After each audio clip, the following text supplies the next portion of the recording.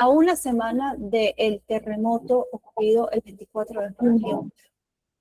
Todavía estamos en estado de conmoción todos y tenemos muchas inquietudes que esperamos desde el lado de la geología poder entender un poco mejor qué pasó, qué hacer y qué esperar. Tenemos como invitado especial al geólogo Douglas. ¿Cómo está? Douglas Noguera, perdón. ¿Cómo está, Douglas? Gracias por aceptar esta invitación desde Grupo FASMED. Vamos a estar abordando tres aspectos muy importantes. Queremos entender realmente qué ocurrió, qué podemos hacer y cómo podemos abordar de la mejor manera posible estas réplicas que están ocurriendo y que seguramente van a seguir ocurriendo a futuro inmediato. ¿Me escucha? Sí, buenos días. Buenos días a todos. Primero al Grupo FASME por esta invitación. Importantísimo este tipo de actividades, ¿verdad? Que permiten de alguna u otra manera un aporte. Es mi grano de arena hacia la comunidad. Bien, vamos a entrar en detalle y me gustaría primeramente dar una pequeña definición, porque a veces hablamos de sismos, terremotos, movimientos telúricos, y a ciencia cierta, pues, no dominamos muy bien el concepto. Entonces, de manera muy general, el sismo no es más que un movimiento brusco en el terreno. Este movimiento brusco genera de alguna u otra manera una liberación súbita de energía. Mucha energía se libera allí, que ha estado guardada por meses, años, incluso hasta décadas allí en el interior de la corteza terrestre. Y esta liberación, esta energía que se libera, tiene formas de ondas y provoca de alguna manera una sacudida en el terreno, en la superficie. Un ejemplo de esto, para que más o menos se lo puedan imaginar, es como cuando ustedes van a un lago o a un sitio donde hay agua y tiran allí una pequeña partícula, ya sea una roca, una metra, etcétera, y ustedes van a ver que inmediatamente se van a generar unas ondas allí. Bueno, exactamente es el mismo ejemplo que sucede en el caso de los sismos. Ahora bien, uno se pregunta por qué, o todos nos preguntamos por qué ocurre este tipo de fenómenos. Bueno, se lo adjudicamos primeramente porque es lo más común a lo que se conoce como tectonismo, y el tectonismo no es más que el movimiento de las placas tectónicas, el choque, el roce que ocurre en las placas tectónicas. Y Venezuela, más adelante lo voy a explicar qué es lo que sucede con Venezuela. Estas placas pues son las que forman la corteza terrestre, y cuando estas se traban, debido a esa fricción, a ese roce, se comienza a acumular este tipo de energía que para los ingenieros, etcétera, sismólogos, lo llamamos energía mecánica. En tal sentido, cuando esa presión vence la resistencia del material, en este caso las rocas, se produce una ruptura y se libera toda esta energía de un solo golpe. Yo les decía anteriormente que comúnmente se le achacaba esta cuestión al tectonismo, pero también hay otras causas menores que pueden provocar movimientos, como es el caso de la actividad volcánica. Todo el mundo lo sabe, que los volcanes producen movimientos, pequeños sismos, y también el caso de la actividad humana, en el caso de las explosiones nucleares, la minería, entre otras cosas. Bien. Entiendo. Sí, Andrea, dime. Sí, no, lo estaba escuchando, sí, porque queremos entender un poco cuáles son esos factores geológicos que pudieron afectar e impactar de esta forma, en este caso a Venezuela, con este llamado doblete, este doble terremoto que vivimos, pues. Sí. Sobre todo, disculpe, y sobre todo, a ver, ¿qué pasó? ¿Qué pasó allí? ¿Por qué ¿Por qué, por ejemplo, La Guaira salió tan afectada en este caso? Porque algunas áreas específicas en Caracas, estamos hablando del Junquito, de Chacao, de San Bernardino, o sea, experimentaron realmente un impacto más significativo que otras zonas de Caracas, que no se vieron tan afectadas. ¿A qué se debe este fenómeno de este impacto?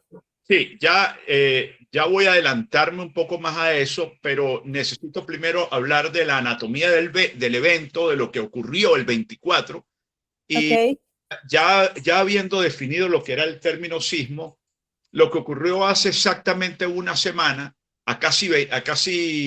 sí, casi una semana, porque ocurrió a las 6:04 de la tarde, exacto.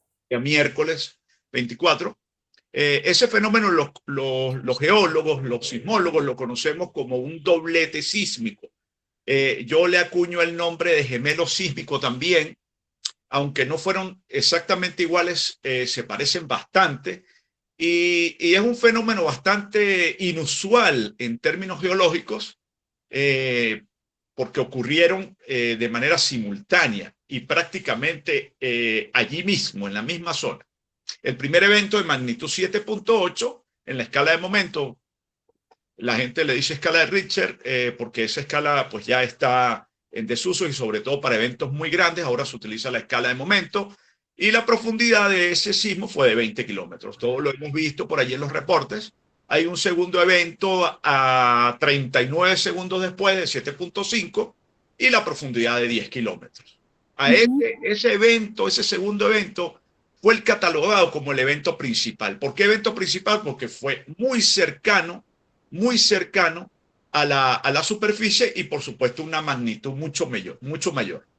El epicentro de cada uno de ellos está bastante cerca de San Felipe, lo que conocemos como Yumare, y la hora local fue 6:04. Nosotros tenemos unos antecedentes bastante interesantes, como el caso del terremoto de 1812 y tenemos el de 1967.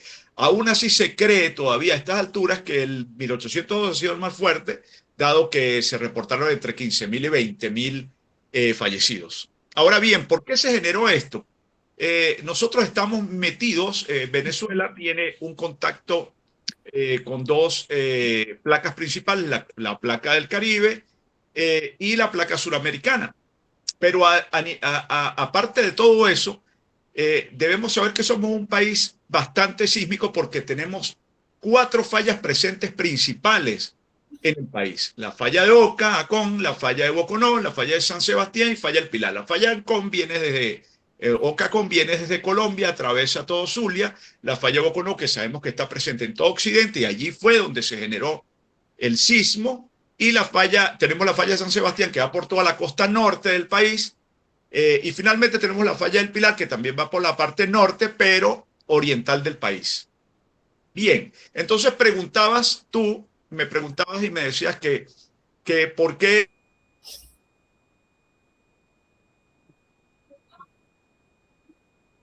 Te perdimos. Douglas, no sé si me escuchas. Ibas a empezar a conversar esa parte y no te escuchamos. ¿Me copias? Ah, ahora sí, Ya, perfecto. me preguntabas, me decías, tenías una duda con respecto a lo que había pasado, o sea, ¿por qué hubo unas zonas más afectadas que otras? ¿Por qué La Guaira? ¿Qué pasó con La Guaira? ¿Qué pasó con Caracas? En esa fecha.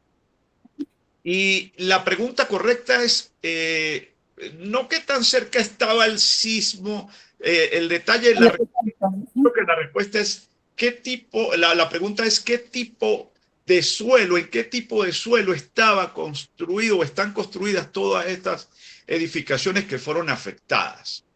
Entonces, fíjate, cuando se genera la falla, es importante explicar esto rápidamente, cuando se genera la falla, se genera un conjunto de ondas, ¿verdad? Que viajan a través del suelo, ¿verdad? Y estos suelos no son iguales todos.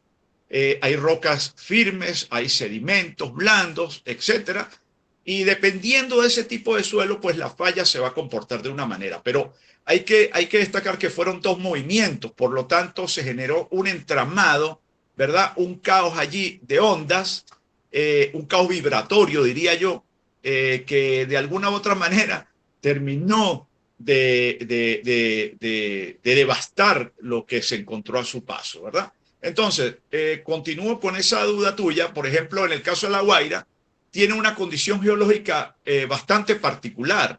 Es una franja urbana entre la montaña y el mar con depósitos aluviales, o sea, que vienen transportados por la lluvia, etcétera. Sedimentos muy jóvenes, hay quebradas, rellenos, materiales transportados por agua. Ya nosotros hemos visto lo que pasó cuando la Gran Vaguada, ¿verdad? Y este tipo de suelo tiende a comportarse como un amplificador de estas ondas. ¿Qué sucede? Que cuando la onda viaja por roca firme, dura, ella va en un solo, muy rápido y sus picos son muy cortos, porque eso es una onda, ¿verdad? Cuando viaja por roca firme va muy constante, va muy firme, mientras que cuando se consigue los depósitos como los de La Guaira, esta tiende a frenarse, pero empieza a hacer esto, se amplifica y es donde provoca el mayor daño. Y eso fue lo que pasó. La Guaira tiene un material bastante complicado y la onda lo que hizo fue amplificarse y provocar lo que provocó, aunado, por supuesto, a construcciones que no respetan o no respetaron las normas de sismorresistencia, y allí vemos lo que ocurrió. En el caso de Caracas, Caracas no está exenta, no vibra como una sola pieza. Fíjate, en el caso de los Palos Grandes, Altamira, San Bernardino y otras zonas se encuentran en una cuenca sedimentaria, sedimentos, vamos a hablar de roca no muy dura, ¿verdad? Con espesores bastante variables. Y en unas características como esta, las ondas tienden de alguna manera a rebotar, ¿verdad? Y Ok. en esos casos, pues los daños fueron bastante visibles en comparación con respecto a otras zonas de Caracas que no sufrieron grandes daños. Sí fueron afectadas, lógico, porque, a ver, estábamos en presencia de dos sismos bastante fuertes con una diferencia muy pequeña. El primero hizo un daño y el segundo terminó de alguna manera de afectar todas las estructuras. Eh, para culminar esta pregunta que me acabas de hacer, repito, el peligro no es cómo se mueve el suelo, también importa la duración que haya tenido este sismo eh, por la frecuencia, ¿verdad? Básicamente eso. Sí, sí, sí, porque de ahí también va a depender el impacto que igualito todavía sigue trayendo consecuencias. Me imagino que también más edificios van a seguir sucumbiendo ante estas réplicas, ¿cierto? Todo dependiendo de la magnitud que tengan las réplicas. Es así. Ahora, abordando el tema del qué hacer, estamos en una situación donde tenemos que tener dentro de lo posible un foco como más definido de qué podemos hacer, qué acciones podemos tomar para, para mitigar un poco ese impacto que estamos viviendo. Entonces, en ese sentido, ¿qué medidas de prevención o qué protocolos de seguridad podemos tomar para proteger a nuestro entorno? Sí, eso es una pregunta bastante interesante y que se vuelve, que se convierte en moda cuando sucede algo como esto, ¿verdad? Es allí donde empiezan las preocupaciones y todas estas cosas. Sí, sí, sí, es una inquietud colectiva, Sí. totalmente. Entonces, ¿qué hacer? La pregunta es qué hacer antes, a sabiendas, porque debemos estar bastante claros que somos un país netamente sísmico, al igual que le pasa a Chile, al igual que le pasa a México, igual que pasa con Japón. Bueno, Obviamente, por supuesto, son mucho más afectados, sus sismos son mucho más frecuentes, pero eso no quiere, nosotros somos un país bendito realmente, porque los movimientos deberían ser en teoría más seguidos, pero bueno, somos bastante afortunados. Entonces, ¿qué vamos a hacer? Lo primero que deberíamos hacer es un plan familiar. O sea, tenemos que hablar con la familia, tenemos que sentarnos todos porque no todos actuamos de la misma manera. Eh, Hay unas personas que simplemente entran en un caos, otros que simplemente se quedan estáticos. Y hay que hablarlo, hay que sentar, hay que crear un plan. Si debemos actuar de esta manera, ¿dónde nos vamos a meter? ¿Qué vamos a hacer? Eso es importante, hablarlo, drenar, en caso, a sabiendas que somos un país que se mueve, pues, desde el punto de vista geológico. Es importante lo que llaman el kit de emergencia, yo lo llamo mochila de emergencia. Yo, de hecho, soy usuario desde que empecé a estudiar mi carrera de geología por allá en el año 95. He adoptado la bendita mochila. A mi esposa le molesta mucho la mochila allí en la sala, pero a ver, si es un adorno, ella dice que es un adorno molestoso, pero no, eso siempre está allí, porque yo estoy consciente de dónde estamos y en esa mochila, en ese kit que debemos tener, medicinas, ropa, un botiquín de emergencia, un radio a pilas y muy importante, un pito. Es una cosa importantísima. Un pito y una linterna. Sí, el pito, ¿por qué? Porque usted, por X o Y, queda atrapado, usted con el pito puede hacerlo sonar y lo van a escuchar. Eso es Sí, importantísimo. gritar tal vez desgasta más, entonces con un pito puedes a lo mejor ahorrar un poco de energías en caso de que lleves ya muchas horas tapiado. Nosotros hemos colocado, y disculpe que le interrumpa, desde el Grupo FASMED, este tipo de recomendaciones constantemente en nuestras redes del bolso, pero el bolso tiene que ser una constante, no por lo que ocurrió el 3 de enero, no por este terremoto de ahorita, o sea, debe ser realmente una constante como usted lo está diciendo, molestoso. Wow, yo prefiero algo molestoso que el riesgo de perder la vida o que nuestros seres queridos pierdan la vida. Exacto. Entonces, vamos a ser conscientes en ese sentido y también vamos a tener estrictamente lo necesario. No se trata de preparar el mayor bolso, sino realmente lo que es de primeros auxilios. Así es. Aprovecho la oportunidad, ya que estamos hablando de temas de prevención, de qué podemos hacer. Nosotros tenemos activo por tiempo ilimitado, realmente no tenemos, no sabemos hasta cuándo podamos necesitar de esto y por eso es que estamos ofreciendo tema de apoyo psicológico a través de Psicofast en Grupo FASMED, porque también pienso que todos estemos en la magnitud en que estemos afectados, todos los niños sobre todo, hemos perdido algún familiar, hemos perdido algún vecino, algún amigo o alguien cercano. Y no se cercano, uno ve las redes y uno se queda visualmente impactado. Entonces, necesitas apoyo psicológico, por favor, puedes escribirlo acá o te puedes contactar con nosotros en el número que hemos puesto a la orden 0414-014-2815 en este caso. No te quedes en silencio, lo que acaba de decir Douglas es fundamental, no nos quedemos en silencio, drenemos de la forma como nos salga. Ahorita todas las emociones son válidas, de verdad, en momentos como ¿cierto? Así es. Bueno, nosotros en el caso particular, pues sí, tuvimos la experiencia de un familiar que quedó tapiado por allá en La Guaira. Lo lamento mucho, Sí. lamento Bien. todas las muertes que todos ustedes que estén conectados estén experimentando en este momento. Sí.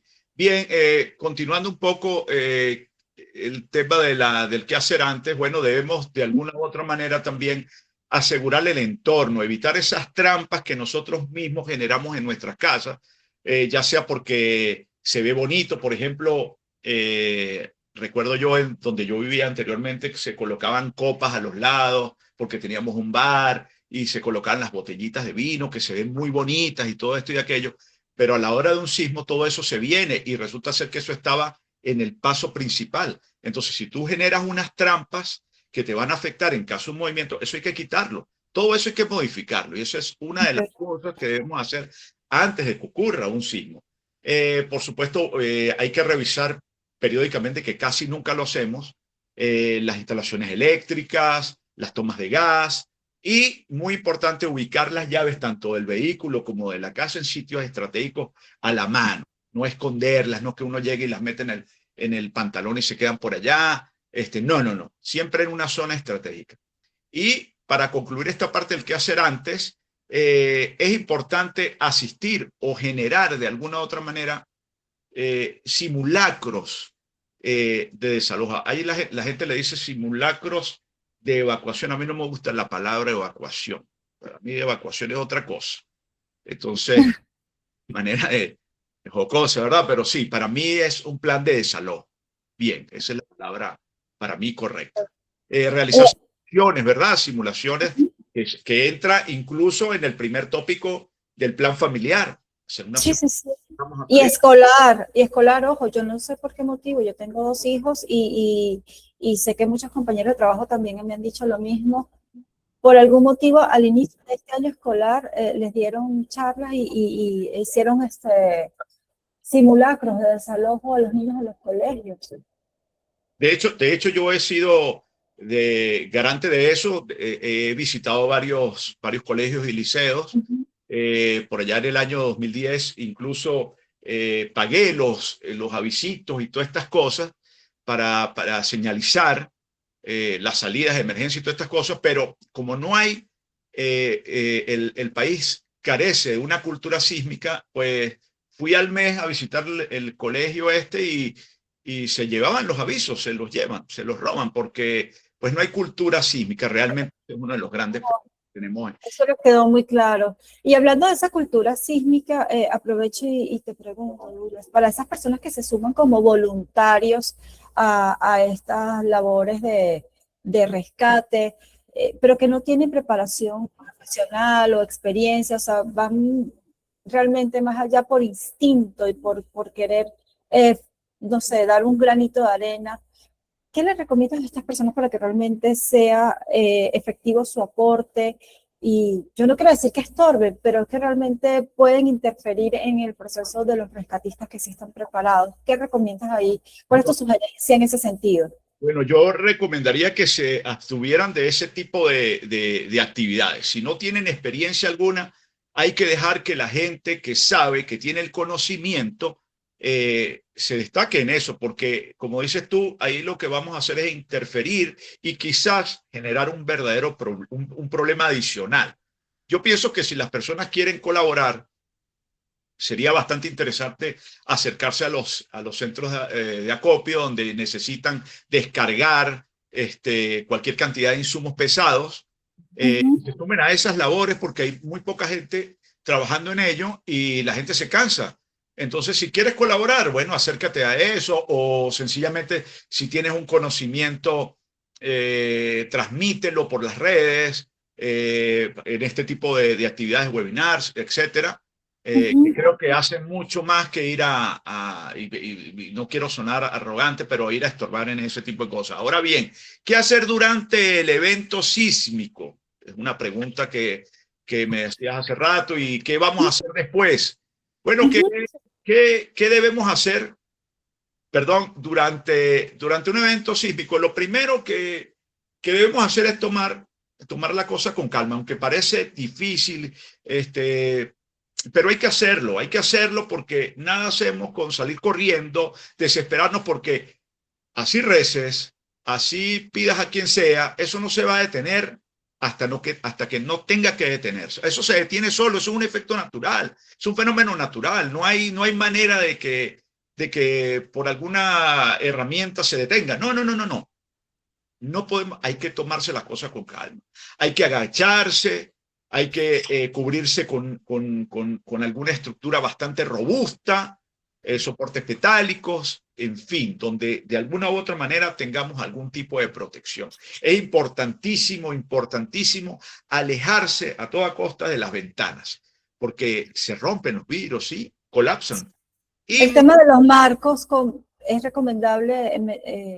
hay marcos robustos de metal que funcionan muy bien. Por ejemplo, en el caso donde yo vivo, mis arcos son bastante, a ver, las puertas son bastante altas y el marco está prácticamente a ras del techo y es de metal. Funcionaría bastante bien. No digo que sea totalmente lo mejor, pero sí, sí funciona.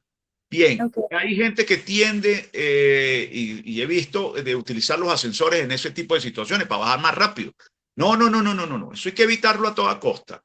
Y si ¿Por se... cuánto tiempo? Disculpa, lo que pasa es que son tantas preguntas que todos tenemos en la cabeza. ¿Por cuánto tiempo lo recomendamos? Yo aquí, por ejemplo, y en casa tenemos las rejas abiertas, si es posible la puerta las tenemos abiertas hasta tiempo indefinido. El ascensor no lo estamos utilizando, no se debe utilizar los ascensores. ¿Por cuánto tiempo? Bueno, de hecho, hoy creo que hay una ordenanza que está prohibiendo en Caracas, específicamente La Guaira, bueno, Caracas, que es la que está ahora mismo, que prohibido el uso del ascensor, apagar los ascensores. Pienso que es algo bastante lógico, aunque hay edificios donde viven personas muy mayores y todas estas cosas. Y bueno, quizás yo le decía a una amiga que quizás creando un plan de horarios, aunque no sabemos en qué momento pueda ocurrir un movimiento, pero mira, yo sí creo que hay que evitar el uso del ascensor por ahora. Yo calculo que más o menos un mes, posiblemente, aunque las proyecciones pudiesen estar hasta 3 meses, ¿no? Pero por lo menos por un mes. Y bien, como decía, si logras salir, retomando, debes buscar una zona segura. Hay que evitar los cableados eléctricos. Y si estás en un carro, como le pasó a mi suegro, hay que buscar la manera de estacionarse en un sitio seguro, y esperar a que pase el evento, pues. Y la otra Ok. importantísima, ¿qué debemos hacer luego del sismo? Bueno, mira, creo que es importantísimo, una de las cosas más importantes es de alguna manera cortar los suministros, agua, gas, electricidad. ¿Por qué electricidad? Porque si tienes una fuga de gas y enciendes la luz, eso puede generar una chispa, eso genera una chispa, sí, una corriente, y puede ocurrir una desgracia allí sin necesidad. Hay que desalojarla. Después que ha ocurrido esto, si puedes salir, debes hacerlo de manera calmada. Hemos visto una serie de videos donde la gente sale corriendo, desesperada, bajando escaleras. No, mira. Y hay que evitar el uso de las velas, porque se habla de que las velas que vamos a encender, no, no, no, no, no, nada de eso. Es importante eso. Y Ok. lo de las velas, evitar hasta no estar completamente seguro que no hay fugas de gas, evitar el uso de las velas. Yo conversaba ayer con mis padres y me decían que habían detectado una fuga de gas ayer tarde. Tuvieron que cortar en general el gas porque encontraron una fuga. Imagínense ustedes, a una semana, y acaban de detectar apenas una fuga de gas. Fíjense lo importante Wow. de orarse luego del evento, si hay fugas, etcétera. Y, por supuesto, es importante el uso de las comunicaciones, radio de pilas, el SMS, que se portó bastante bien en este evento, Totalmente. y ya, pues, es lo que yo veo. ¿Qué esperamos? Es Ujú. una pregunta, ¿verdad? ¿Qué es lo que esperamos luego de todo esto? Porque la gente se pregunta, bueno, ay, ¿qué viene? ¿Qué va a pasar? ¿Qué va a pasar? ¿Hasta cuándo van a ser estas réplicas? ¿Qué está pasando con este fenómeno de ahora de esos relámpagos, estos truenos de repente que, sí, estos fenómenos que están apareciendo naturales? Yo no sé si, bueno, desde tu punto de vista, de tu experticia, ¿qué nos puedes aportar en ese sentido de estos fenómenos que están ocurriendo de la Yo naturaleza? Sí, yo no creo que tengan relación. Eso es igual como el cuento de que si se pueden predecir o no. Bueno, yo soy de los que creo que no se pueden predecir, aunque tengo una grata experiencia. Y digo grata porque en mis años como profesional en el área de la geología no había vivido nunca la alerta temprana. A ver, en otros países funciona muy bien, y yo viví la experiencia de recibir la alerta temprana de Google, que funcionó porque me llegó 15, 20 segundos antes. Yo leo y le leo a mi esposo en voz alta y le digo, mira, que un terremoto y que vamos a sentirlo, que lo vamos a sentir.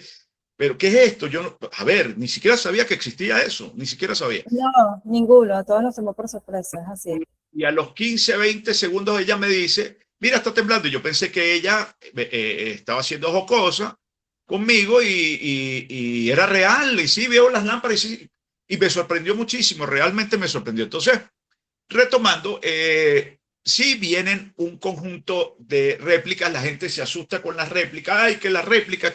Mira, desde el punto de vista geológico es bueno que ocurran las réplicas, porque como les decía inicialmente, lo que hay es una liberación de energía. Y cuando ocurre un evento como esto, y en este caso fueron dos, las fallas tienen que reajustarse, reacomodarse, Y esas son las benditas réplicas. Hay Ok. que, hay que tomarlas con precaución, tranquilos, entre más ocurran. A ver, lo que pasa es que en Caracas y La Guaira, pues, es un Es verdadero alarmante. Sí, sí.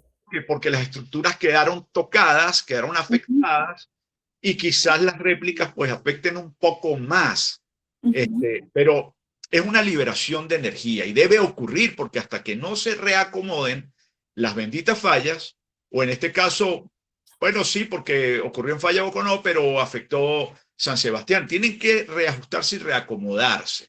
El Servicio Geológico de los Estados Unidos, que es el ente que yo sigo a carta cabal porque es el que tiene los equipos más modernos, los datos más precisos, ellos hacen una proyección para una semana, y este es un dato que tomé el día de ayer a las 6 de la tarde, o sea, está bastante actualizado. Para una semana me dicen que pueden haber sismos de mayores a 3 con un 99% de posibilidades, pero son sismos bastante pequeños, ¿verdad?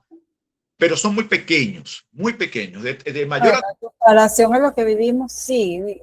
mayor a Lo que 4. pasa es que no estamos acostumbrados a estos fenómenos, entonces cualquier cosa nos impacta y como estamos todos en estado de alerta, pues cualquier cosa nos alarma, pero sí, tiene razón. Eso es correcto, es normal. Y sí, ellos dicen que un sismo mayor de 4 hay una probabilidad de 98%. Mayor o igual a 5, estamos hablando de un 42%. Fíjate que empieza a disminuir. Mayor a 6, Pero es alta la posibilidad. sí, pero de alguna manera va disminuyendo. Mayor a 6 se habla de un 6% apenas. Y uno igual, a ver, al que vivimos, menor a 1%. O sea que debemos tomar las cosas con calma. Esa es la proyección para una semana. Ahora, la proyección para un mes. Bueno, mayor a 3 sigue estando en 99%, mayor a 4 aumenta a 99%, pasa de 98 a 99%, mayor a 5, 70%, ¿verdad? Mayor a 6, 13%. Aumenta un poco, Wow. pero sigue estando uno igual a 7, menor a 1%. Entonces, a ver, calma, son estimaciones probabilísticas, no es real, no son números reales, sino que ellos toman de otras experiencias sísmicas, de otros datos sísmicos, crean un modelo probabilístico y arroja este tipo de situaciones, pero con calma, hay que tomárselo con calma. Eh,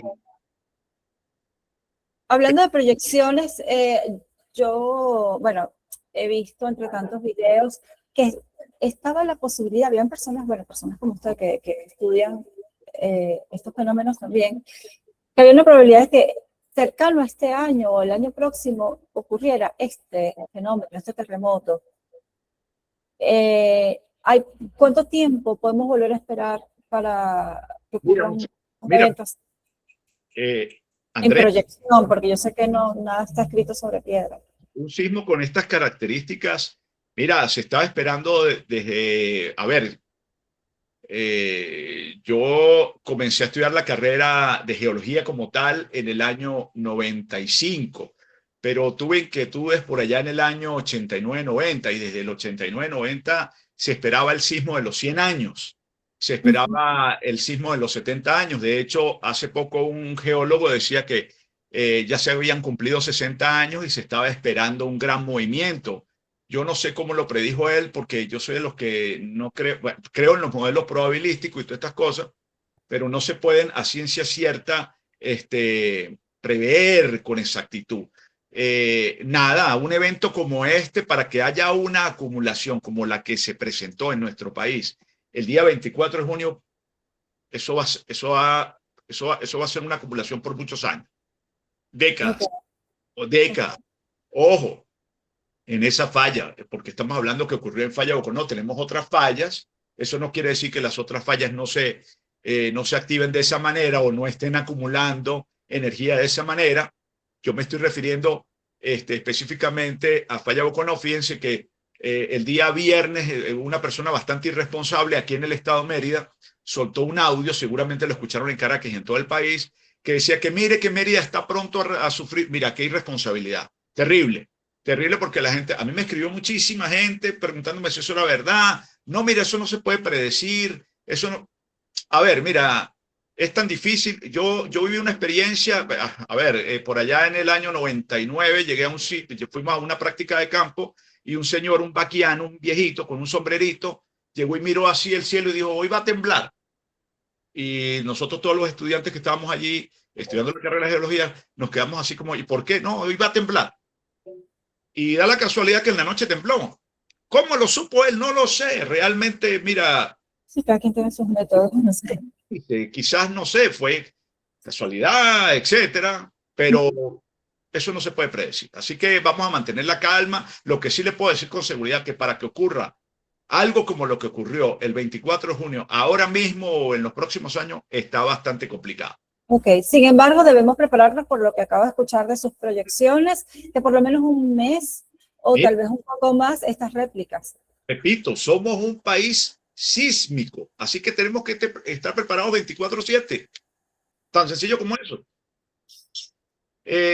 Yo quisiera hacer una reflexión final, porque la gente se pregunta qué fue, pero por qué. Sí, pues sí. Mira, yo pienso que de alguna manera hay que revisar de manera urgente cómo y dónde construimos, porque es que el sismo en sí, el movimiento telúrico no mata, en sí no. Lo que mata es dónde y bajo qué características construiste. ¿Me Ya. entiendes? ¿O qué hiciste? ¿Cuáles fueron tus decisiones a la hora de afrontar un sismo?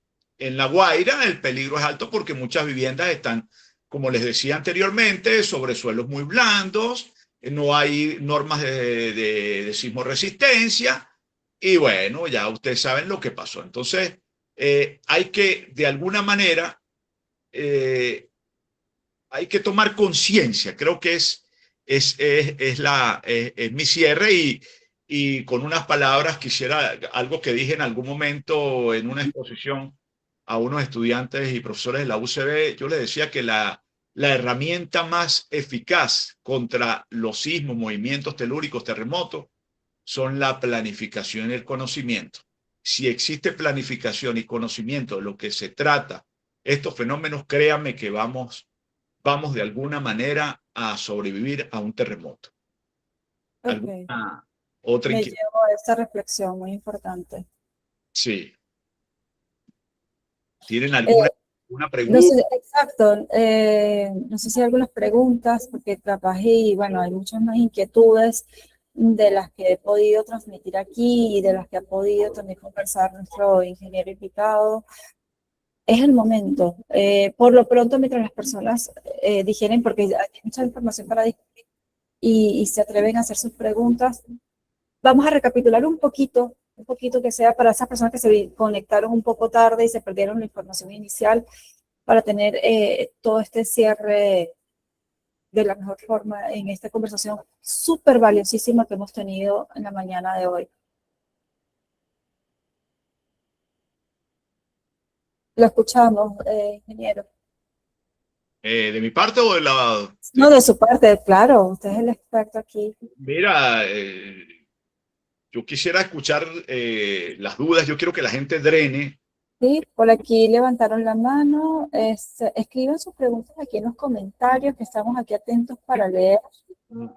al público porque la gente quiere drenar, la gente tiene curiosidad. Sí, sí, totalmente. Creo que es el momento, ¿no? Es el momento. Yo tengo una pregunta, yo tengo una duda aquí personal. Este fenómeno de anoche, este cielo rojo que pudimos ver, la mayoría, por lo menos aquí en Caracas, ¿se debe a algún tipo de reacción a este fenómeno, a estos eventos? Lo que pude leer, porque pues no es mi fuerte, lo que pude leer es una combinación entre la calima, el paso de los rayos de color tal a color tal, o sea, nada que ver, no tiene nada que ver con el evento.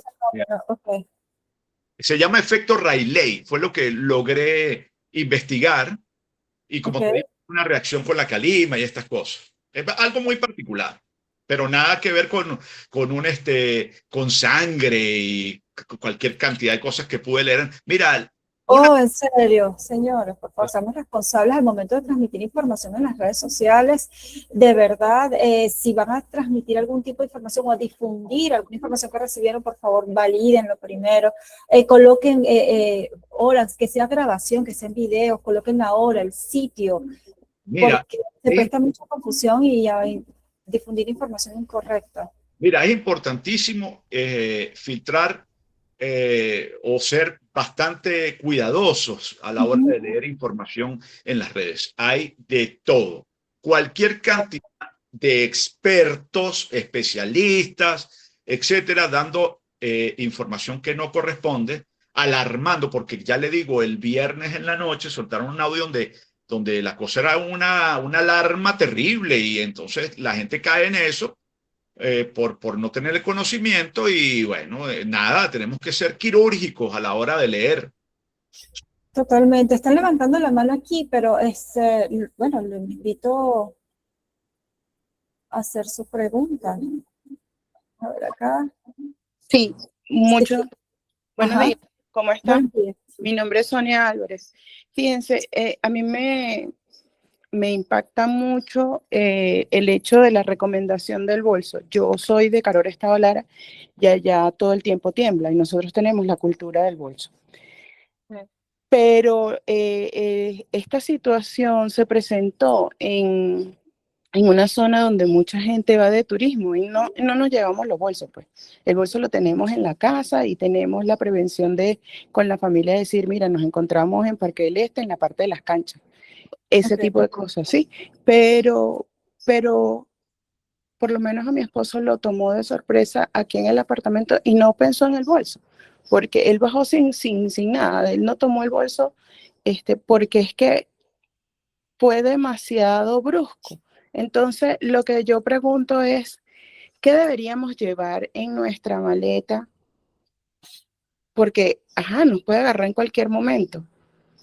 Y no nos llevamos en el bolso en el carro de viaje o a otra zona que está lejos de nuestra casa. ¿Qué deberíamos hacer en esa situación? O sea, a mí una vez un bombero me dijo, mira, vete al baño, porque si en el baño hay un bote de agua, con el agua tú puedes sobrevivir. ¿Qué hacer realmente? ¿A qué zona? ¿Me voy a la puerta? ¿Me voy al baño? ¿Me alejo de las ventanas? ¿Me meto debajo de la mesa?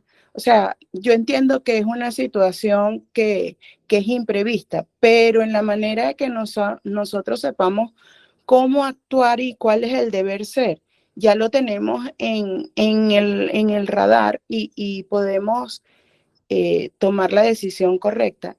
¿Cuál es la decisión correcta? ¿En dónde ubicarse en una casa? Bueno, te explico, te explico. Si tu esposo no salió con el morral es algo normal porque el instinto de la mayoría de las personas es salir corriendo y es lo que no debemos hacer.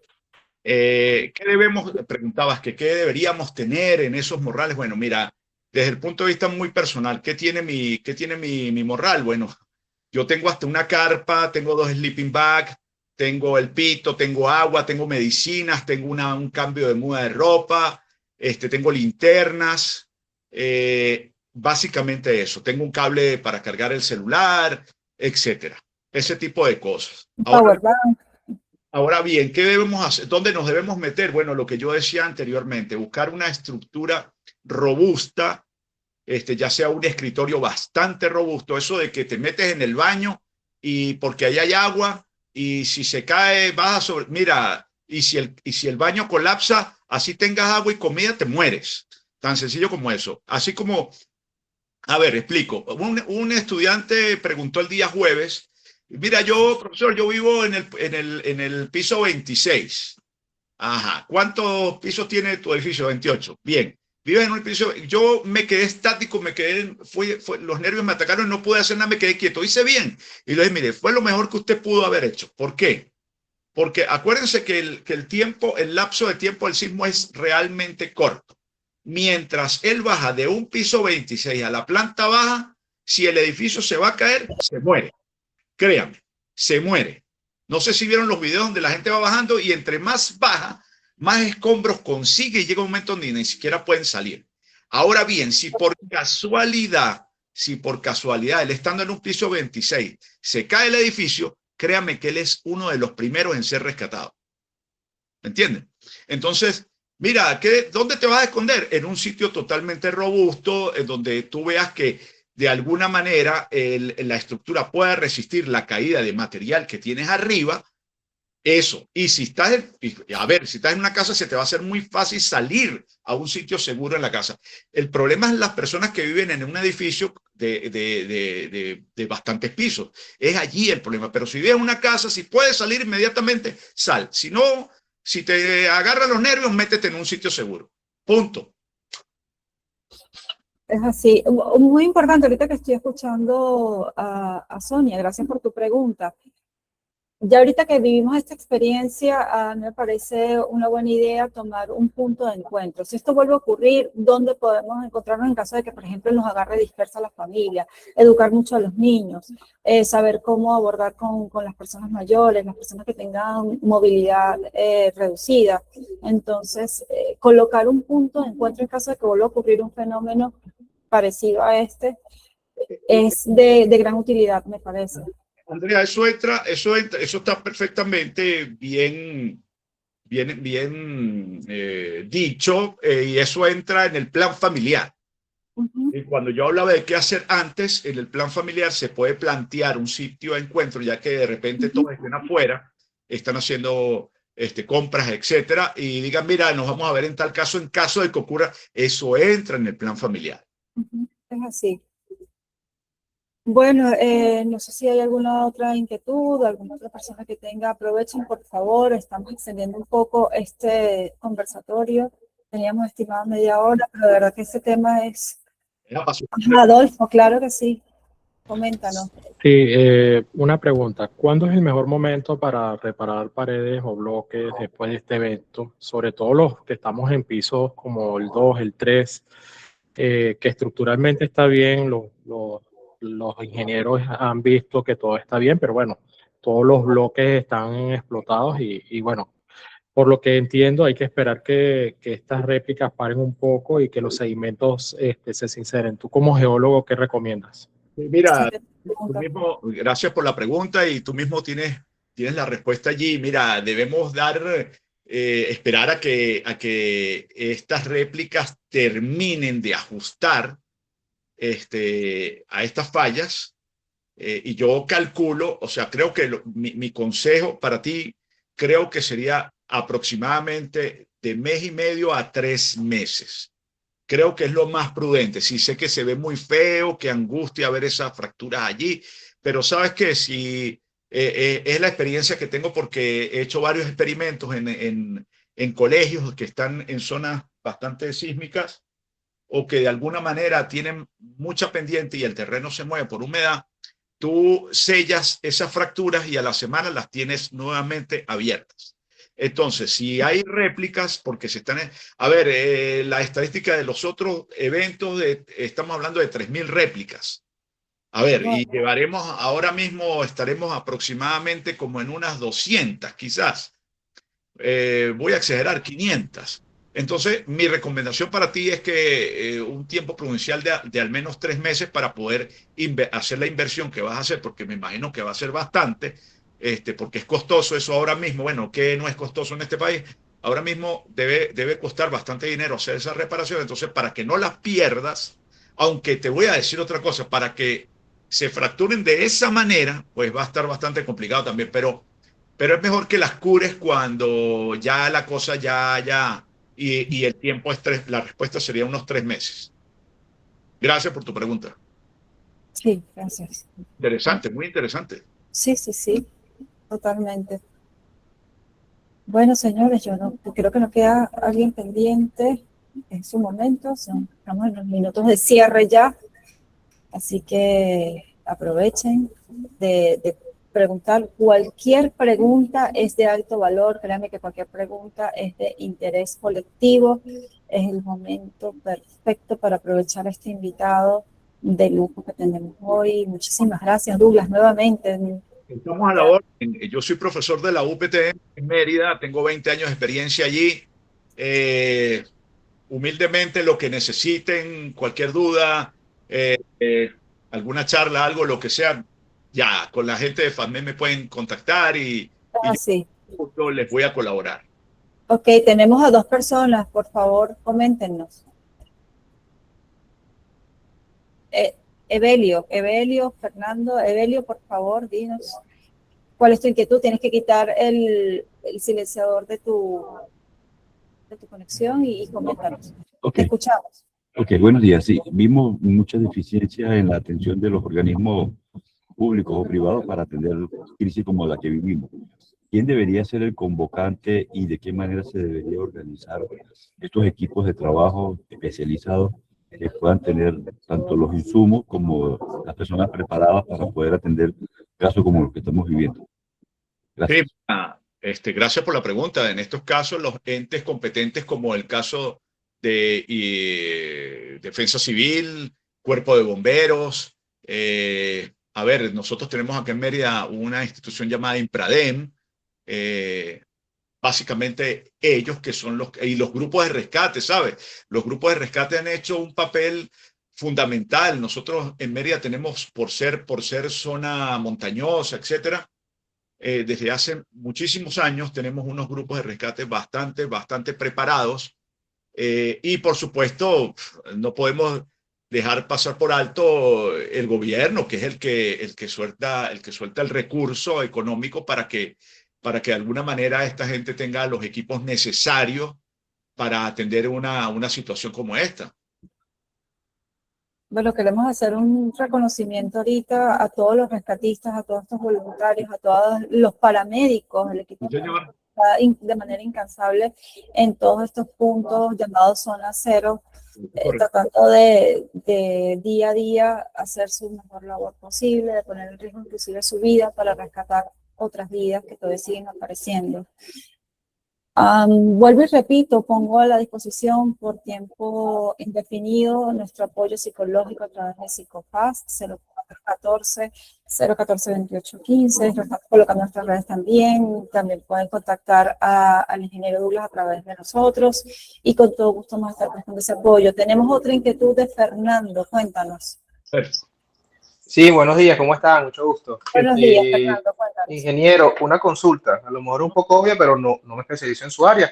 Estos sismos de 7 puntos y algo y 7 puntos algo, ¿se pudiesen sumar para dar 14 y por eso se sintió tan fuerte o definitivamente no? No, definitivamente no. ¿Por qué? Porque estamos hablando de escalas logarítmicas. No se pueden sumar.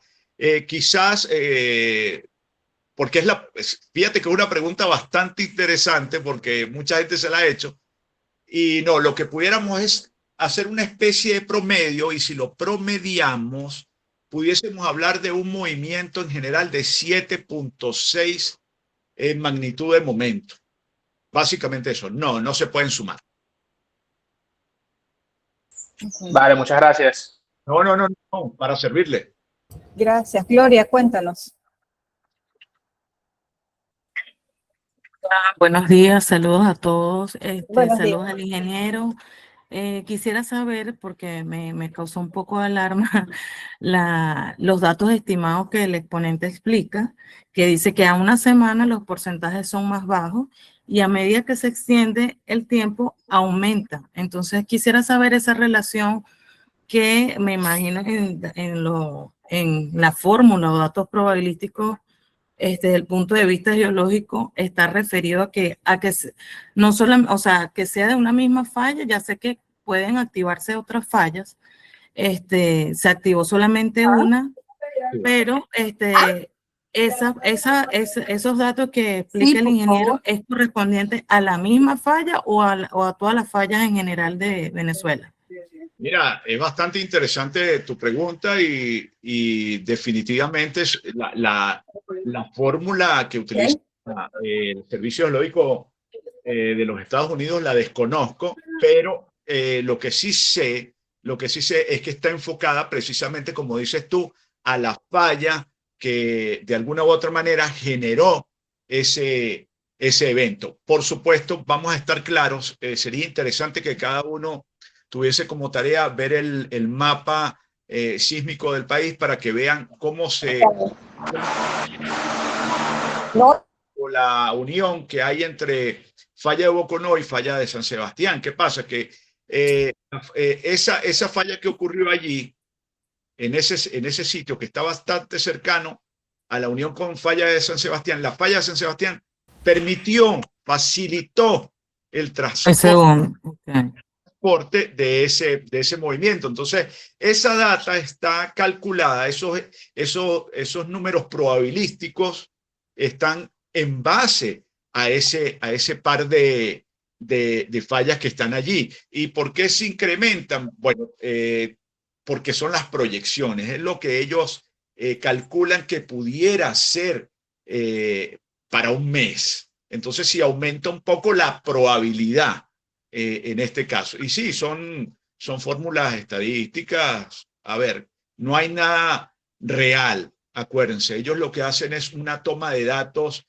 de sitios que han ocurrido sismos bastante similares y obviamente con características físico-mecánicas del terreno muy parecidas, y llegan a estos números, pero no son fidedignos. A ver, son proyecciones estadísticas. Ok, muchísimas gracias. También quería acotar, aquí en donde yo vivo tengo una pared y justamente cuando revisó el ingeniero dijo lo mismo que está diciendo usted, que es mejor esperar que pasen las réplicas.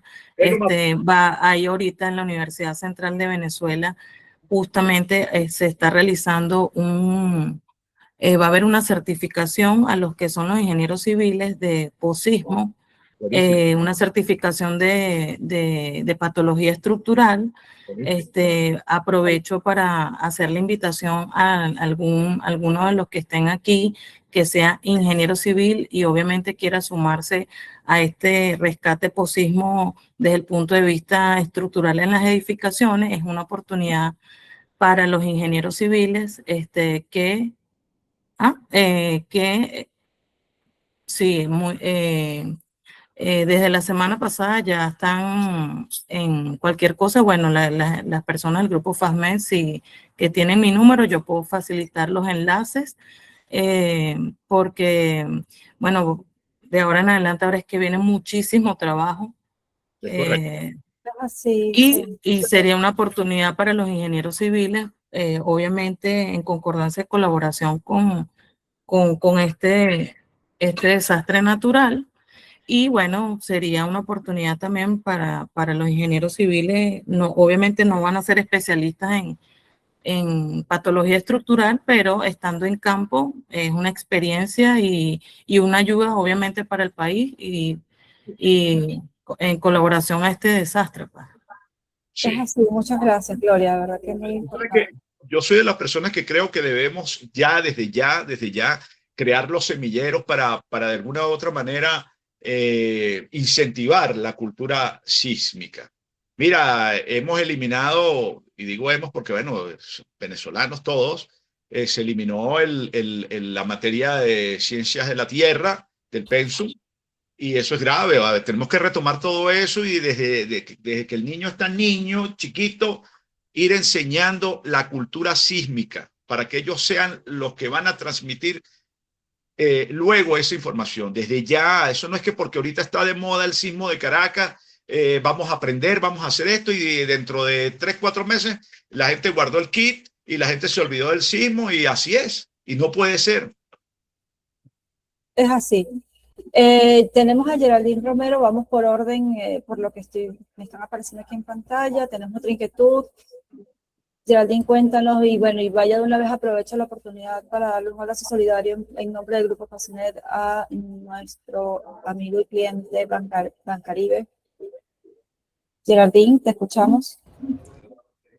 Muchísimas gracias, Ana. Sí, desde el punto de vista de seguridad, más que todo, justamente por lo que comentaba sobre aquellas personas, pues, que están, bien sea habitando por temas de vivienda, ¿no? Por temas de laboro, los pisos altos, sí me surge una duda, pues, nosotros desde el punto de vista de seguridad hemos recomendado que la prestación de las labores se hagan en los pisos más cercanos a lo que son las salidas de emergencia, justamente para nosotros pues poder mitigar un poco los tiempos, ¿no? Porque los tiempos, sobre todo en estos casos tan fortuitos, son tiempos de oro, como llamamos. Ahora bien, también, pues allí me surgió una duda en función a que efectivamente, como comentaba, bueno, mira, si estás en un piso alto, las probabilidades de que tú seas rescatado son muchísimo mayores a las probabilidades que tiene una persona que está en un piso bajo. Efectivamente, bien sabemos que estructuralmente, pues los edificios colapsan sobre su propia base. Ahora, en relación a estas ambas comparativas, entonces, está correcto que nosotros pues hayamos ganado desde el punto de vista de seguridad la prestación de labores cercanos a las salidas de emergencia, es decir, en pisos bajos, o de hecho debería ser todo lo contrario por las probabilidades de vida y de poder ser rescatados. Oye, bastante interesante tu pregunta. Yo creo que sí, que debemos crear esos planes, porque en estos casos serían un plan de desalojo para distintas fases del evento. Supongo que sí, debemos hacer hincapié, como dices tú, en los primeros pisos, porque son los primeros que colapsan.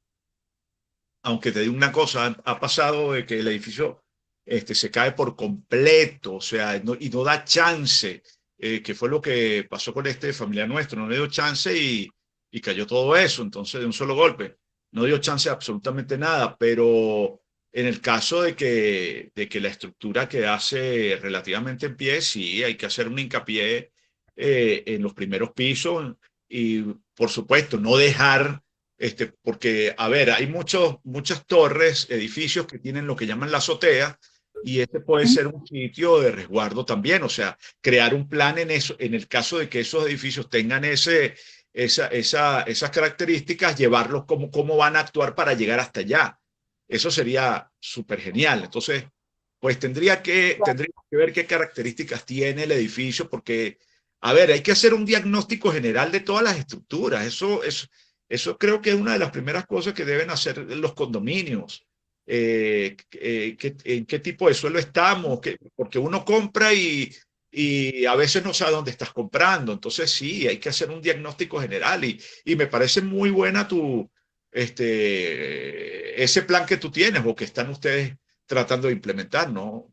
Bastante bien aunado, solo que tomen en cuenta aquellas torres que tienen una salida por arriba, que en este caso sería una azotea.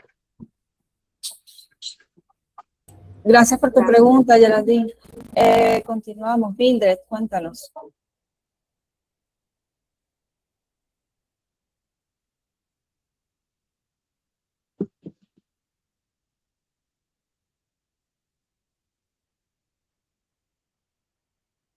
Mildred, esperamos tu pregunta.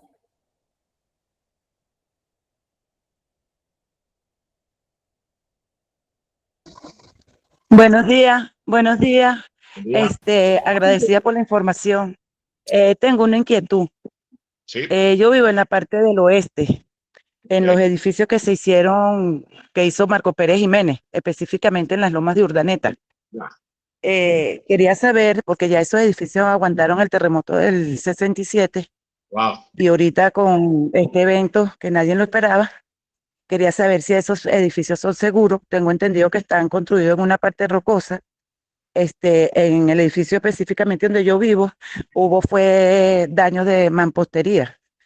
Ya. Supuestamente los ingenieros que fueron dijeron que las bases estaban sólidas y que eran unos edificios muy sólidos. Ya, mira, si datan de esa fecha y soportaron el del 67, créeme bueno, yo quisiera irme a vivir allá. Mira, yo darte detalles, yo estoy hablando desde la ciudad de Mérida, precisamente desde Ejido, Estado Mérida. Desconozco exactamente la zona que me estás tratando de describir, pero con lo que me estás más o menos diciendo, y como dices que los daños son de mampostería, pues nada, fuiste una de las afortunadas en ese tipo de situación, pues nada, hacer las reparaciones pertinentes y mira, si soportó esa vez eso y creo que sería bueno hacer un diagnóstico general y ver si hay que reforzar algo por allí y ya. Pero me hubiese gustado saber a ciencia cierta o saber un poco más de la zona donde vives porque realmente desconozco. Decirte otra cosa estaría mintiendo.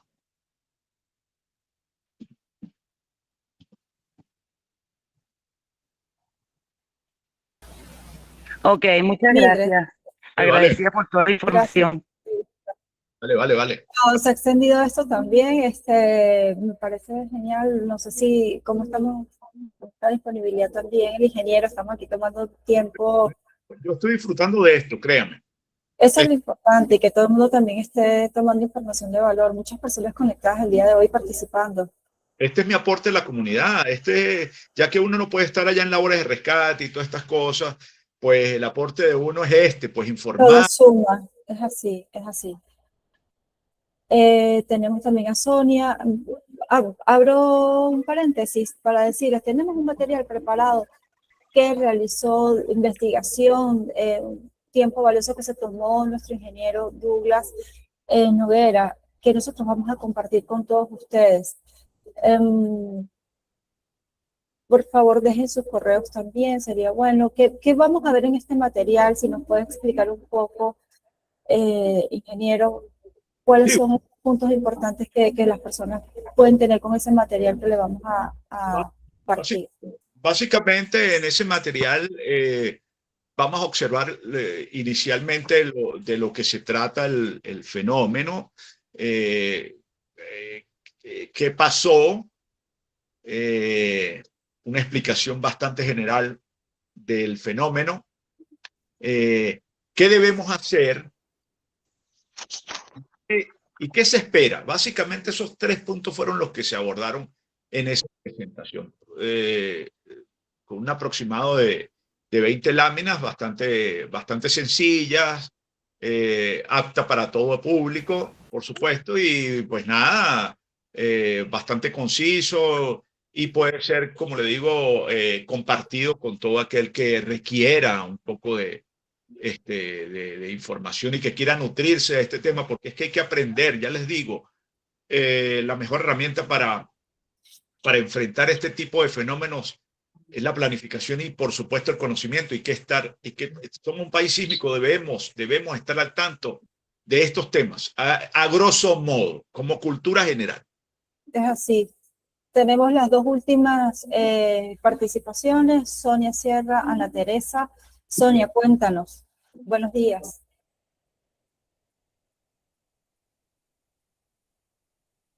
Sonia, ¿sigues con nosotros? Cuéntanos. Ajá, buenos días, ¿cómo estás? Buenos días. Buen día. Buenos días, Sonia. Cuéntanos. Quisiera saber qué posibilidades hay de que ocurra un tsunami. Gracias. Mira, sí, hubo una alarma, persona que se encargó también de dar información acerca de un tsunami. No, eso está totalmente descartado. Ya las autoridades competentes dieron un comunicado en donde se descarta cualquier posibilidad de tsunami. Gracias a Dios, porque ese sería el colmo, ¿no? Ay, sí, por favor. Ajá, bueno, aquí estamos compartiendo parte de este material también, bueno, parte de este material nos estamos compartiendo la presentación que nos hizo llegar el ingeniero. Para ir para allá afuera. Si podemos colocarlo, por favor, en pantalla completa, el equipo que me está aquí apoyando de fondo, se lo agradezco. ¿Lo quitaron? Bueno, por ahí va a aparecer. Después se los irán a compartir a todos allí. Vamos a compartir, exacto. Ana Teresa, mientras tanto, cuéntanos tu inquietud. Por favor, silenciemos, les recuerdo silenciar los micrófonos. Vamos a ir en el orden en que los voy mencionando. Hola, buenos días. Buenos días, Ana Teresa, cuéntanos. Gracias, Ana María. Ingeniero, una pregunta. Gracias a Dios tuvimos la oportunidad de que otros ingenieros en la zona de Caracas, por la avenida Urdaneta, nos hicieran inspecciones en varios apartamentos, varias edificaciones que están aledañas a donde yo vivo. Bien. Entonces, la siguiente pregunta. Ellos determinaron que hay 2 edificios específicos que hay que desalojar. Uno, porque bueno, fue modificado su estructura original, era un edificio de aproximadamente 3 niveles, 3 pisos, y con el tiempo fue modificado hasta llegar a aproximadamente unos 6, 7 pisos. Oh, Dios. Y entonces, bueno, en esas modificaciones, pues obviamente la estructura base no corresponde con las siguientes estructuras que fueron construidas en la parte superior. Parece que la estructura, no conozco muy bien del tema, pero parece que las estructuras de arriba son mucho más, las columnas son mucho más gruesas y todo lo demás, y ellos recomiendan por seguridad desalojar ese edificio. Sí. Y ahora hay otro edificio que una de sus columnas está fracturada, está de hecho despegada. Hay una separación grande entre una parte y la otra. Mi pregunta es la siguiente: ¿qué se puede hacer, por lo menos en el edificio que tiene la columna fracturada? ¿Se puede hacer algún tipo de arreglo, de modificación, de soporte como para que tantas familias no tengan que desalojar, o obligatoriamente esa edificación ya no sirve, ya hay que desalojarla completamente por seguridad y no se puede seguir habitando?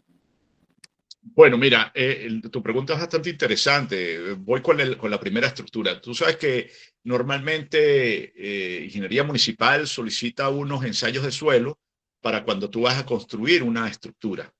Allí hay unos cálculos de peso, etcétera, y de compresibilidad, o sea, lo que puede soportar ese sedimento, ese suelo allí.